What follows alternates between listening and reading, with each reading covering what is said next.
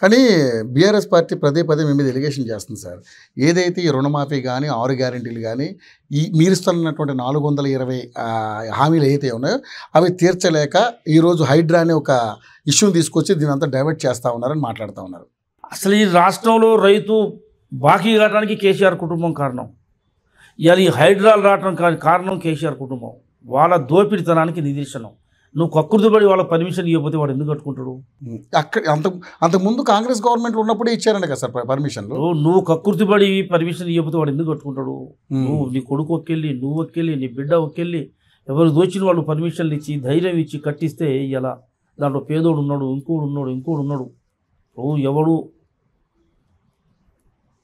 ఎవరైతే అక్రమంగా దోచుకున్నారో ఆక్రమించుకున్నారో అవి పోతున్నాయి తప్ప ఎవరి పోవట్లేదు. దాంట్లో దోచుకున్నది దాచుకున్నదే పోతుంది తప్ప దాంట్లో చాలా పేదలందరూ హర్షిస్తున్నారు. అక్కడ ఎక్కడో అక్కడ మరి ఓ పని ప్రయత్నం చేసేటప్పుడు చిన్న చిన్న ఆటంకాలు కామనే. దాని అలాంటి వాళ్ళకి ఏమన్నా ప్రత్యామ్నాయం ఏర్పాటు చేస్తున్నారా? ఎవరికైతే వాస్తవంగా అన్యాయం జరుగుద్దో వాళ్ళకి ఖచ్చితంగా ఇది గరీబీ హఠావ్ ప్రభుత్వం, ఇది కాంగ్రెస్ ప్రభుత్వం, ఇది పేదల పార్టీ. ఇది కాంగ్రెస్ అధికారంలో లేకున్నా ఈ పార్టీ పేదల పార్టీ. దీంట్లో విచిత్రం ఉంటుంది. ప్రాంతీయ పార్టీలు తిరిగా ఒకడే కేసీఆర్ పట్టేదారులా ఉండదు. ఇది జాతీయ పార్టీ. దీంట్లో ఎవరన్నా వస్తారు అంతే మిరాకలు జరుగుతూ ఉంటుంది. ఇందులో అందరికి స్వేచ్ఛ ఎక్కువ ఉంటుంది. ఇందులో బయట కింద పడ్డోళ్ళు, బయట దెబ్బతిన్న వాళ్ళు అందరూ ఇక్కడ దీంట్లో చేరతారు. ఇది అటువంటి పార్టీ, ఇది కన్నతల్లి పార్టీ.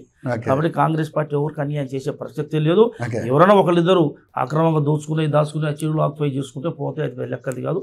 దాంట్లో గరీబోడు ఉంటే ఖచ్చితంగా వాళ్ళకి ఇలా జాగిస్తుంది, ప్లాట్ ఇస్తుంది, ప్రభుత్వం ఆదుకుంటుంది. దాంతోపాటు ఒకటే చాలా స్పష్టంగా చెప్పదలుచుకున్నాను, రూపాయి ఇయ్యనోడు ఇలా కాంగ్రెస్ పార్టీని విమర్శించే హక్కు ఎవరికి కేసీఆర్ కానీ, కేసీఆర్ కుటుంబానికి, హరీష్ రావుకి, వాళ్ళకి కాంగ్రెస్ పార్టీని కానీ రేవంత్ రెడ్డిని కానీ విమర్శించే హక్కు, అర్హత, నైతిక విలువ వాళ్ళకి లేదు. ఓకే. కానీ మీరు ఎమ్మెల్యే అయిన తర్వాత 100 రోజుల్లోనే 100 కోట్లు మీ నియోజకవర్గానికి తెచ్చుకున్న ఘనత మీకు దక్కింది.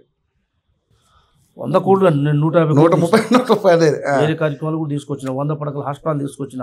అది జూలూరుపాడులోనే మీరు 30 పడకల హాస్పిటల్ ఎప్పుడు 100 పడకలు మొన్న శంకుస్థాపన పెట్టించిన పోయిన నెల. ఓకే. ఇప్పుడు నా దగ్గర ఇంకా జూలూరుపాడు ఉంది, ఏనుకూరు ఉంది, కారేపల్లి ఉంది. వాళ్ళు కూడా 30 పడకల హాస్పిటల్ తీసుకొస్తానండి.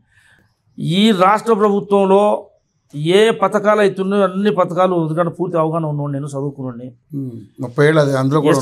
ఎస్టీలకి బీసీలకి కేంద్రం నుంచి ఏం వస్తాయి, ఐటీడీ నుంచి ఏం వస్తాయి, బీసీ కార్పొరేషన్, ఎస్సీ కార్పొరేషన్ ఏం వస్తాయి, అన్నిటి మీద అవగాహన ఉన్నోడిని. కాబట్టి నేను ఇచ్చిపెట్టను ప్రభుత్వాన్ని.